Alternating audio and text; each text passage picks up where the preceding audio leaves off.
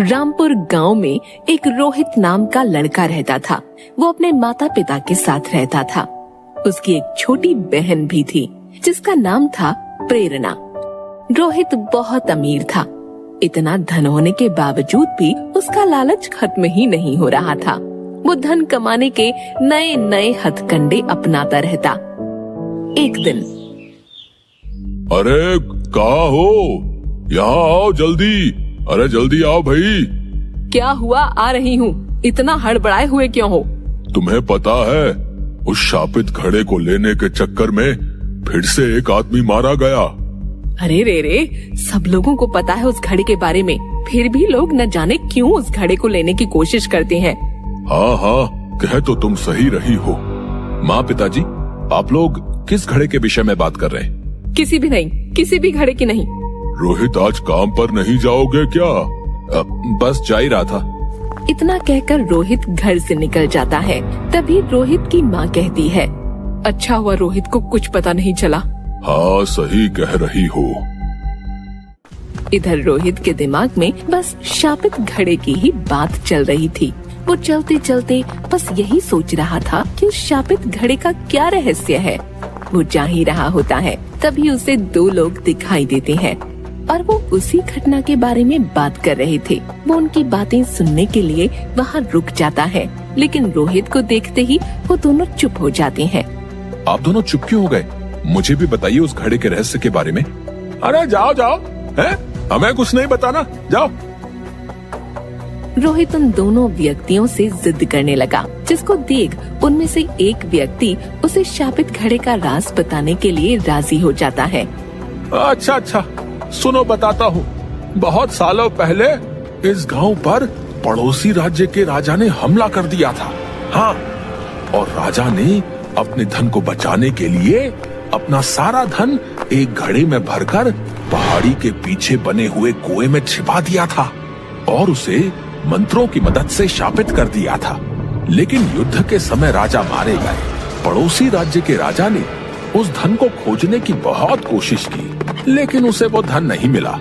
लेकिन थोड़े दिन बाद उसे उस खजाने के बारे में पता चल गया और वो खजाना लेने वहां गया। लेकिन जैसे ही उसने घड़े को छुआ, वो मारा गया।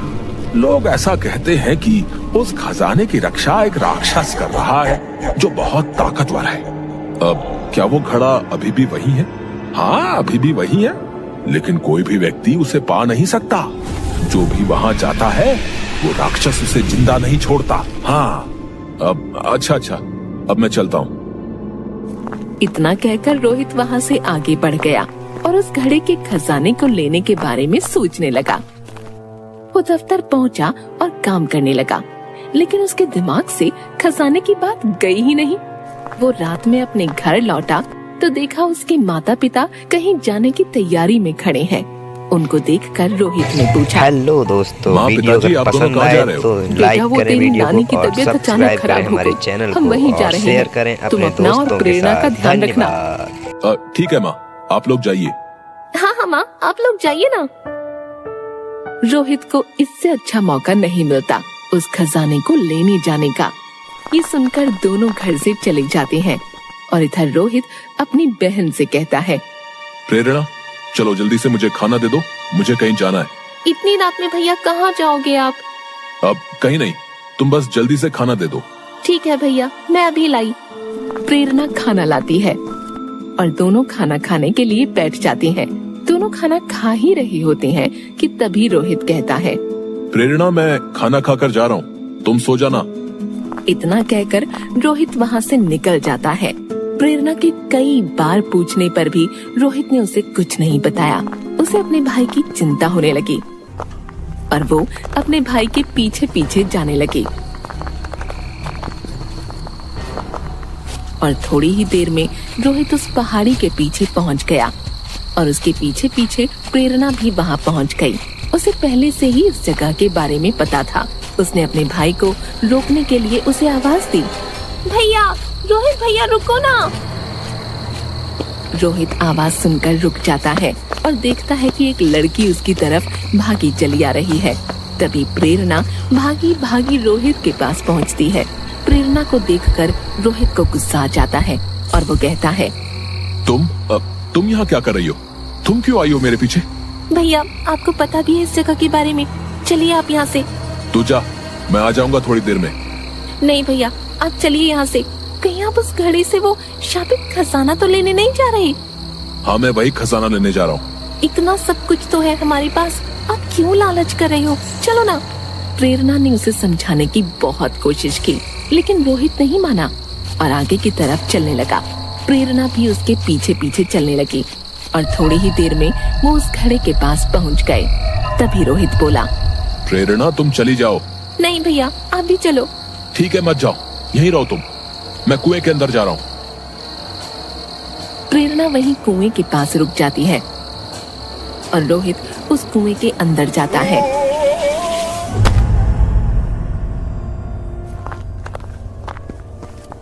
और उसके पीछे प्रेरणा भी उस कुएं में चली जाती है।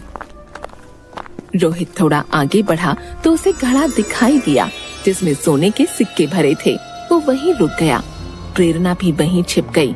वहीं उस घड़े को देखकर रोहित की खुशी का ठिकाना नहीं रहा और वो उस घड़े के पास जाकर कुछ देर तक उस घड़े को देखता रहा। थोड़ी देर बाद उसने जैसे ही खजाना निकालने के लिए उस घड़े को छुआ, बहुत तेज बिजली कड़कने लगी और ऊपर से मिट्टियों की चट्टानें गिरने लगीं, जिसे देख वो डर गया। तभी उसे एक भयानक हंसी सुनाई पड़ी।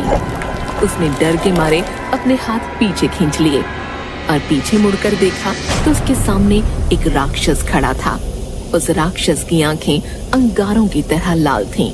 उस राक्षस ने रोहित को घूरते हुए गुस्से में गुर्राया, दुष्ट व्यक्ति, तेरे पास किस चीज की कमी है जो तू यहाँ आया है? तेरे पास सब है, फिर भी तेरा लालच तुझे यहाँ खींच लाया। राक्षस की ऐसी बातें सुन रोहित डर से कांपने लगा।